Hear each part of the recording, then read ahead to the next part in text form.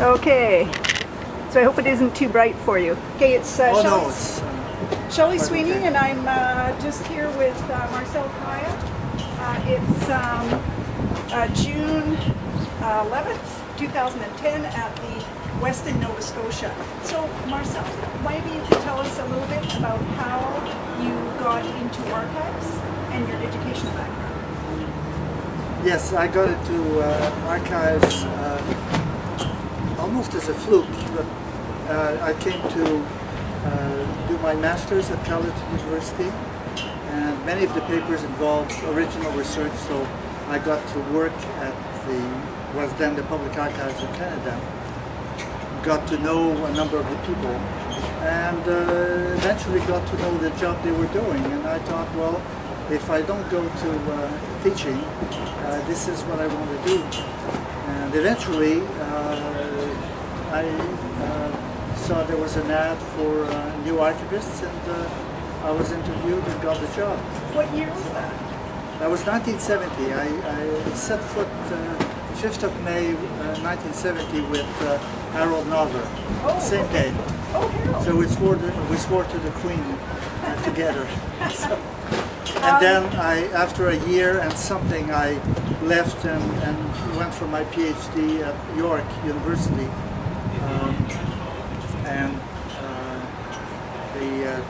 I guess Bernard Wilbrenner wrote to me a number of times saying, well, is it your intention to come back?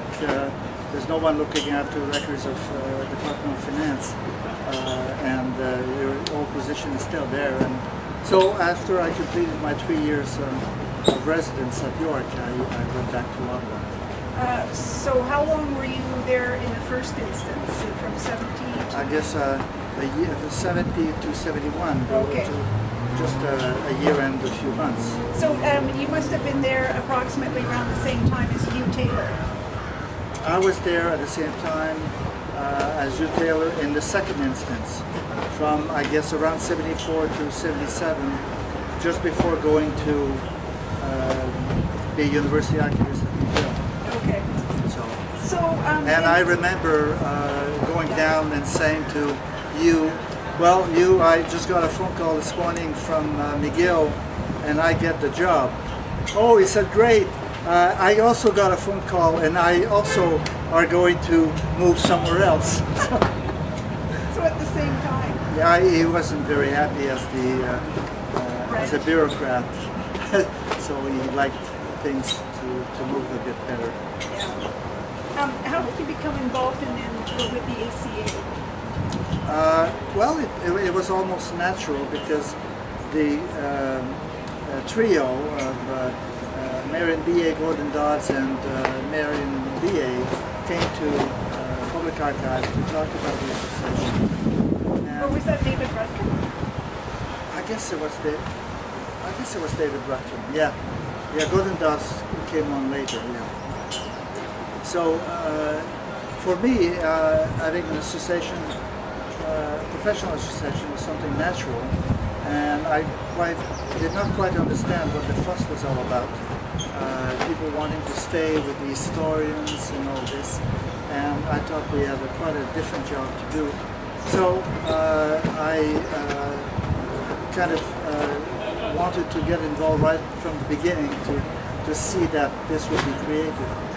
And of course I was a member of AAQ then, but it's a much different proposition to have the association of one province and the association of the whole country. So what would you say was the first position you held with ACA? Oh, I was member of the first executive. I got caught on. I guess I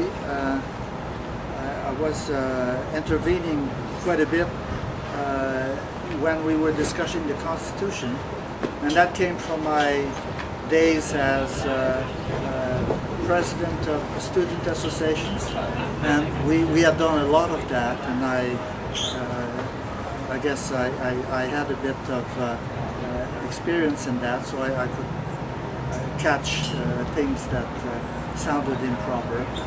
And at the end, someone came to me, I can't remember who, but said, "Would you serve?" And I was elected member without portfolio. Oh, that's right, when there were 5 positions. Yeah, that's right. And So it helped me a great deal learn English. So. And was Peter Bauer the? Oh, he was in charge Peter of Bauer. our area. It was just a bit after or around then. I remember Peter Bauer at the Public Archives, going around setting up Archivaria, and then I served unofficially as editor for reviews, and especially for the material in French. So I helped a bit there. So then, what about the rest of your career with ACA? I guess to summarize, I then went to McGill after, so got caught on, working away with the archives. I guess during the first year we established the Bureau of Canadian Archivists, and that was I can't remember. At some point I was elected Secretary General, but I don't remember. I wasn't the first one, I don't think, but it just came on at some point. I should have made notes to make sure, but I was a member of the first group that discussed what should be done, and I guess I was representative of ACA then. So, do you know then how the discussions about how BCA would be formed, how it's? Oh yes, I guess people wanted to find common ground between the two associations. The worst thing that could happen would be to have two archivist associations take position one against the other, or take different positions. So we wanted to make sure that, first of all, everyone would share the information and eventually push in the same direction. So many people thought we should also have on a regular basis some joint meeting if ACA met in Quebec or in around. So there was that as well. Just a second, I'm just going to grab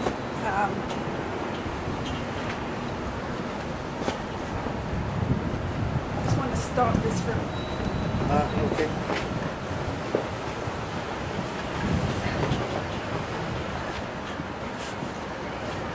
Can you just check and see how that looks? It looks fine. Is that okay? Yep. Okay, good. So after BCA, I guess at some point with BCA, and I was then Secretary General, the issue of international affairs came up, and the discussion we had was, why is it that it's always public archives people who are going? Isn't there something there for association? And sure enough, there was a section of professional associations there. So I went to the meeting and eventually got involved, because they were also in the formative years, and we wanted to set up a number of projects, archives days, for instance. Directories at then were, before the era of the computer, were something difficult to do, and we had to create special projects.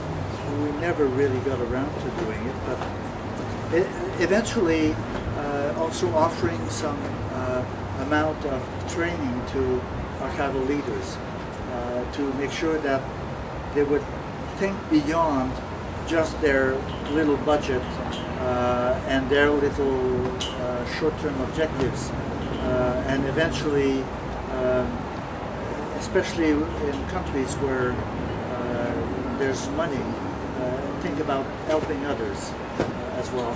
And the fundamental thing was that we wanted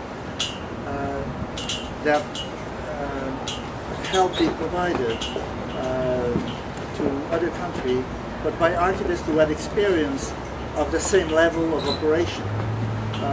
We were critical And Will Smith was very understanding on this. He was very human all the time, but he said that someone, for instance, as a university archivist, could help more the archives of a small country because they were a staff of 3, much more than people from a big institution who are specializing in just one area or the other. So, there was, I guess, a lot of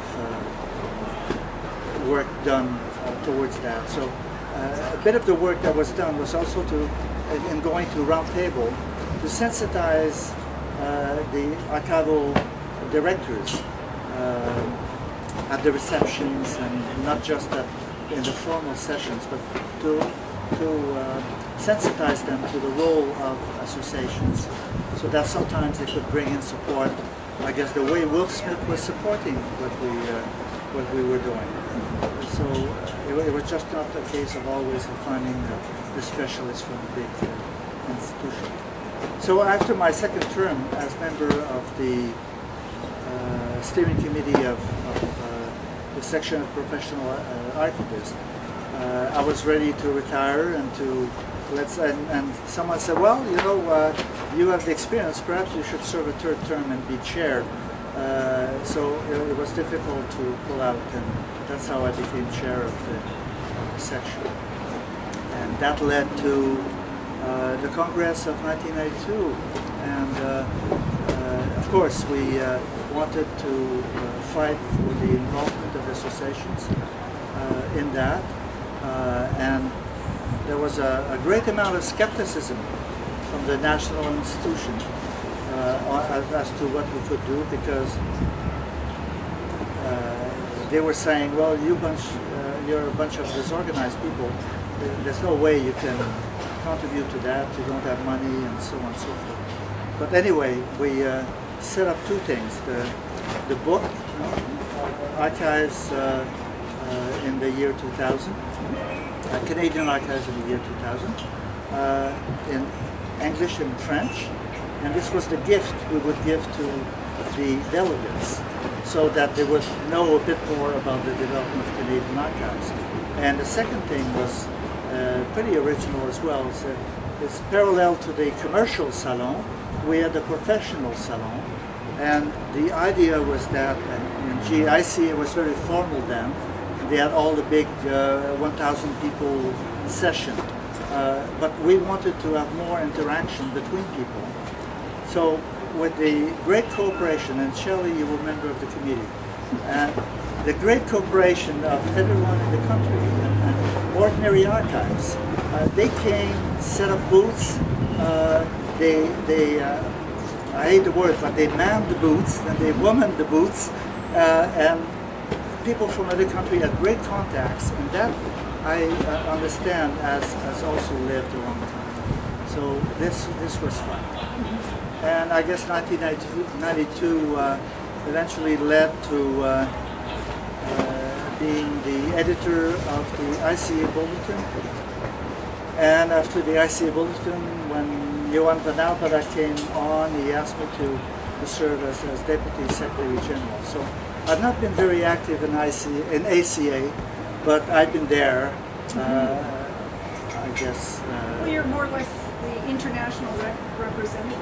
Yeah, well, I thought it was important for someone who wasn't from the national institution to also have an active role. And I got a lot of help to do that. So what do you think are the biggest changes in the ACA or the profession since you started to now? Well, gee, that I can talk about 20 years about that, 20 minutes about that. But the single biggest change is the confidence of the people. In the early days, we never knew if we would have the resources to meet from one year to the other. When ACA started,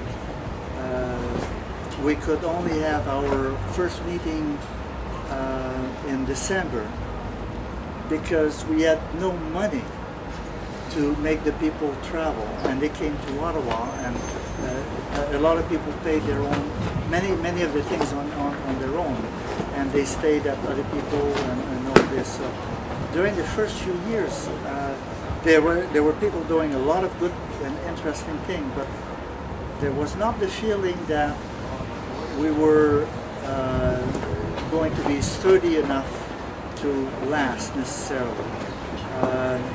And from that point to the point we're today is we're confident. We don't have to fight the idea of the professional association anymore.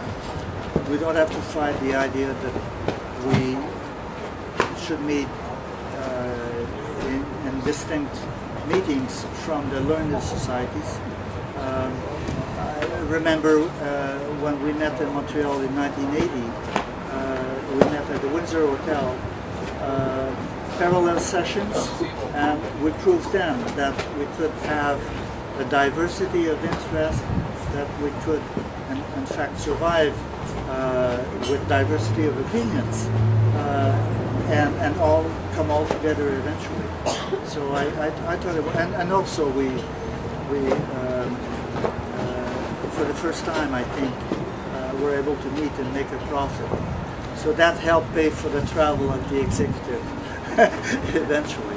So I think the biggest difference is in the way people look at the job of the ACA. Now, it's very diverse. I've alluded to the fact that at the beginning people were still discussing whether they should be with the Learned Society, and that influenced the type of sessions that they had. And some people said, well, we shouldn't discuss practical things. And gee, we eventually worked on descriptive standards, and descriptive standards were established after an ACA meeting that was held with AAQ somewhere else, but not within the learners. So it eventually caught on that there were a number of things we had to do together, and if we weren't doing them, nobody else would do them. And sure enough, nobody else would do them as competently. So it was a fluke in the sense that the descriptive standards came just at the right time as information science and as computer became more used in archives, because as they came, we were ready with our standards and eventually evolved to also have international standards, but that's another story. So then, how would you say that technology has affected the profession? You said now that there's a big change in confidence and... Yeah, well, at the beginning we were still discussing whether a computer would ever have enough memory to hold archival data. And gee, you know, we've been proven wrong on this.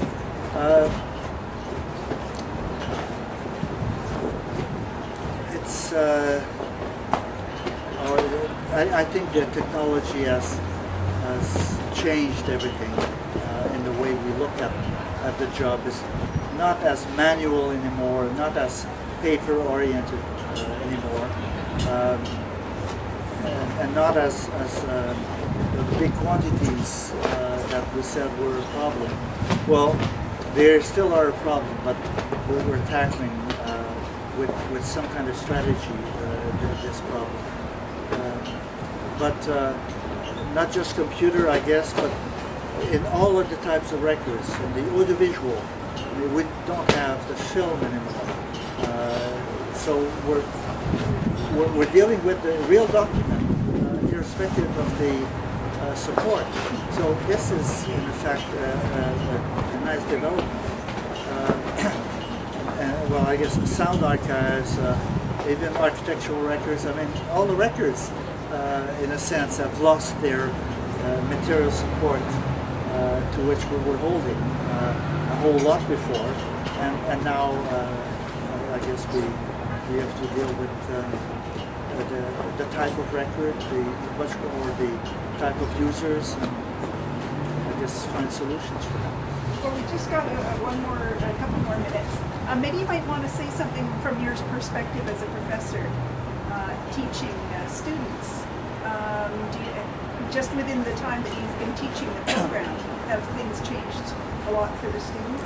Yeah, I've been, I guess, teaching full-time for 15 years only. The rest was as a real archivist. Except that during that time, we participated in the creation of the program at UQAM, but also at University of Montreal, because the two were developed at the same time. And there was one at Laval also in the same years. Just to give a short answer, every 5 years we've had to revise the program and insert some very new features. In the last one, that was 3 years ago, we inserted electronic records management, a course on that. So we have now the course on records management in a traditional environment, and then records management in the electronic environment. We added a course on communication. I guess in English we would say public service. I don't think any other university has a course on that, or just that.